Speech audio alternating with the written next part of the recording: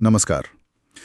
आज हम बात कर रहे हैं जून 2025 में ईरान के परमाणु ठिकानों पर जो अमेरिकी हवाई हमले हुए हैं उन पर।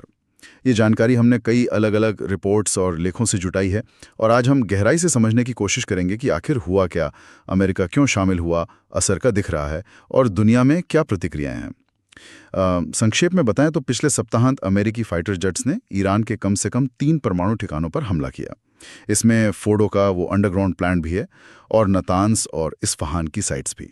जी हाँ, और हमलों के बाद जो नुकसान का आकलन आ रहा है ना, उसमें काफ़ी विरोधाभास दिख रहा है। ये अपने आप में काफ़ी दिलचस्प है।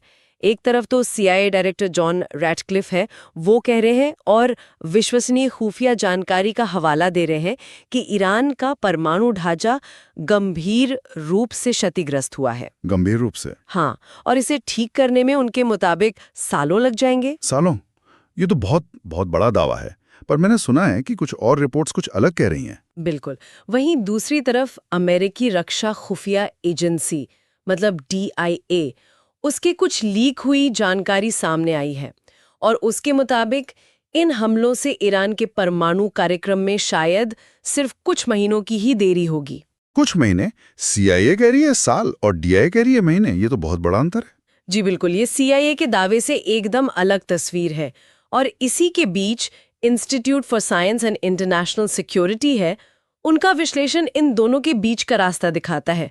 वो मानते हैं कि सेंट्रीफ्यूज सिस्टम, वो मशीनें जो परमाणु ईंधन बनाती हैं, हाँ। उनको शायद भारी नुकसान हुआ है, पर यह भी मुमकिन है कि कुछ फैसिलिटीज अभी भी काम कर रही हों।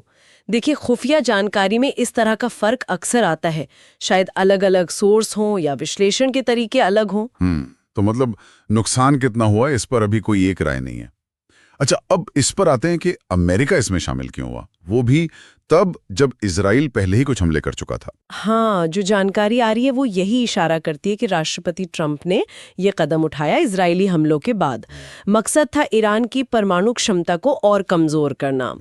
उनका सार्वजनिक दावा तो यही है कि इससे ईरान की परमाणु बढ़त लंबे समय के लिए रुक जाएगी। लंबे समय के लिए? लेकिन जैसा आप कह रही थी, कुछ खुफिया रिपोर्ट्स। जी बिल्कुल, जैसा हमने अभी बात की, कुछ अमेरिकी खुफिया आकलन, खासकर वो DIA वाला, वो बताता है कि असर शायद उतना बड़ा न हो, कम से कम उतना तो नहीं जितना सार्वजनिक तौर पर कहा जा रहा है। और इसी बीच राष्ट्रपति ट्रंप ने ये भी समय सीमा दे दी है, 2 हफ्ते।